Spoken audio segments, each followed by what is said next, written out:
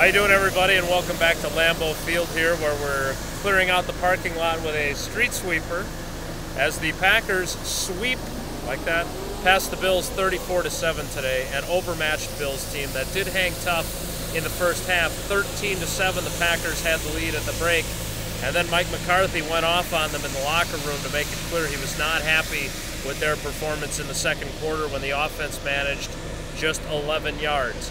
Couple of storylines that were interesting today. Certainly Clay Matthews continuing his dominating run. 3 more sacks today. That gives him 6 in 2 games. He's the first Packers player in franchise history to manage back-to-back 3-sack games. Beyond him, the defense very effective. 186. Boy, that is obnoxious, isn't it? 186 yards allowed to the Bills. The Bills did run the ball somewhat effectively, at least on one touchdown drive, but other than that, the defense shuts down Trent Edwards' captain check down and the Bills' offense. A couple of other storylines.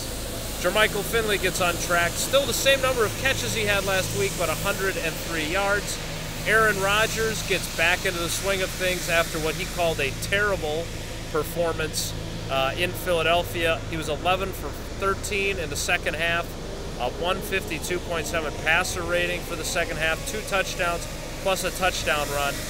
Beyond that, we see the running game struggle with Ryan Grant being replaced by the committee of Brandon Jackson with 11 carries, John Kuhn with 9 carries, and Dimitri Nance with 2 carries.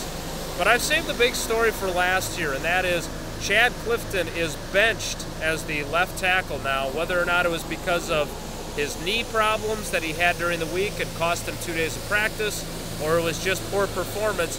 In the press box, we were told it was not injury related, that it was a coach's decision that Mike McCarthy went to Brian Bulaga, but it was the story after the game. In fact, everyone trying to get on the same page in terms of what actually happened. Joe Philbin, the Packers offensive coordinator, going so far as to go into the coach's locker room after the game when he's supposed to be talking to us and checking with Mike McCarthy to find out exactly what he was supposed to say to us. He actually came back out and I said, "So that's what you were talking about?" And Joe said, no, I was finding out what the schedule is for tomorrow because we've only worked here together for 5 years, so I'm not really clear on what the Monday schedule was." So clearly a touchy subject. We will see what happens next Monday night when the Packers go to Chicago, where Chad Clifton or Brian Bulaga, one of the two, will have to be part of an offensive line that must shut down Julius Peppers, the Bears' pride and joy offseason signing.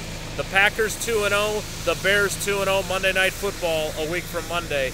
Meanwhile, up in Minnesota, the Vikings off to an 0-2 start. Brett Favre with 3 interceptions and a fumble today in a 14-10 loss to Miami. And you're not going to believe what I'm about to do, but I am about to defend Brett Favre. I know you guys don't think that I like him, but to me, this is a guy who clearly misses his best wide receivers. Sidney Rice is out for the first half of the season. He loses Percy Harvin during the game today. No offense to Greg Camarillo and Bernard Berrien and Visanthe Shankow, who really is Favre's only comfortable threat right now. But he is not playing well. You can blame it on the lack of preseason. You can blame it on age.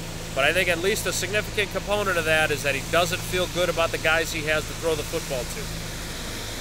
I have no idea how much of this you can actually hear on our video, thanks to the wonderful bang-up job of the street sweeper here at the Lambeau Field parking lot.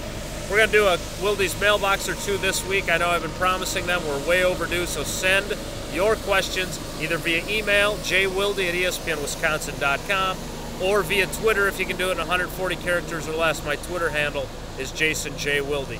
Thanks for tuning in. Again, big Packers victory, 2-0, and we'll see you next time.